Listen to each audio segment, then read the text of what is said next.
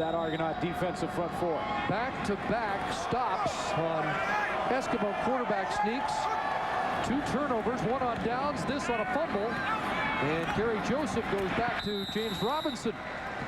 Flag down, but let's take a look at how the Argos got the ball. It was Ronald Flemings coming in there and helping out Adriano Belli in the middle, and what he's going to do from over here is punch the ball out. Ricky Ray tries the opposite side. In the first sneak, he went to the left side of the formation. That time he went to the right, and Ronald Flemings punched it out of there. Jonathan Brown ends up fighting for it and winning the fight for the football. And Ricky Ray was banged up, and that's of more concern right now for the Edmonton Eskimos as he took his time getting to the sideline. Jason Moss is warming up just in case. Well, with Ray, you wonder about the shoulder that had to be repaired after an Argo game last year. They're hit by Willie Pyle, forced surgery. Offside on Toot, so it's 1st and 15, and Johnny Morant drops the ball.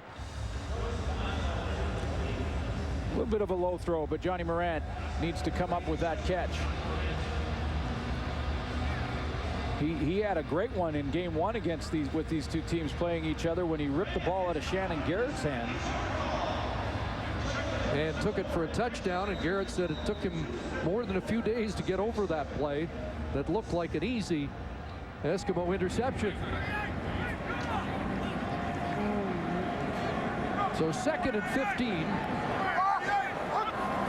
Back at the Toronto 13. And pressure. Joseph just puts this up for grabs, and Robinson can't bring the duck down.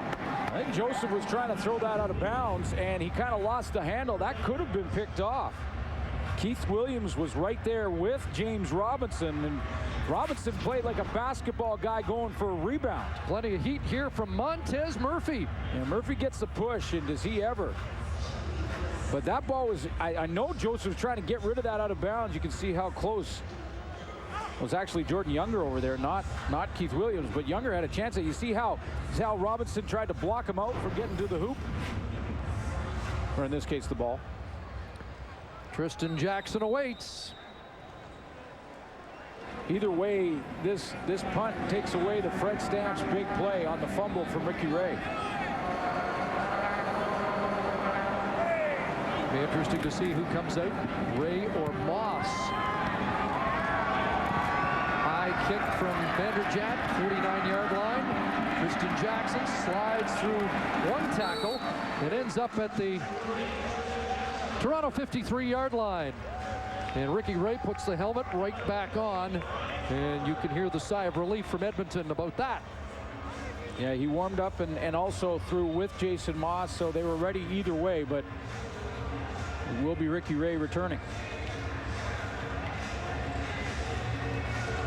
And they found something on those deep balls. They found Kamau Peterson, Fred Stamps. See if the Argonauts make an adjustment and leave Orlando Steinauer in the middle of the defense. There are the Ray numbers, but a couple of turnovers here in the 3rd quarter. 1 on downs, 1 on the fumble, and here's A.J. Harris, who hasn't had as much work since the 1st quarter. And again, Jock Climbey mentioned he thought the Eskimos should invest a little more in the running game here. He thought that there was some success in the opening quarter. Well, especially when you consider against the run, the Argonaut defense in 3 games ranked last in the CFL. Almost 200 yards a game rushing against. So stats don't mean everything, but when you have trends like that, you'd think that Edmonton would want to try and attack it more. 163 yards for Edmonton on the ground last week. And of course, in the Argo home opener, Jesse Lumsden and the Ticats with 311. Bertram, another short yardage play that doesn't look like it was successful. But this time they go to a fullback instead of a quarterback sneak. Because back-to-back quarterback sneaks did not get it, and you could see a little frustration from Danny Machocha with his offensive line. He's got to have confidence that they can get that yard.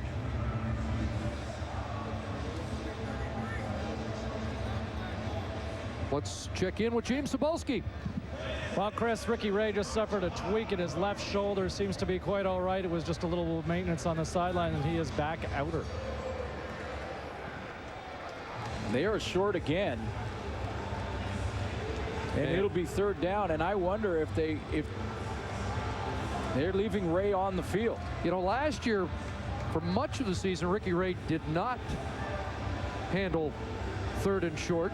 But I wonder if the Edmonton Eskimos now think to go to fullback or to A.J. Harris, the tailback, and try and pound it with your back rather than put your quarterback in harm's way again. Stephen Giles handled the sneaks last year. Of course, he's with the Saskatchewan Roughriders now. 3rd and inches. Early movement there. Jonathan Brown looked like he got in that 1-yard area. And now he's trying to claim he was drawn offside. We'll see what the officials decide, but that's Ricky Ray using his snap cadence, his snap count, to try and draw the defense.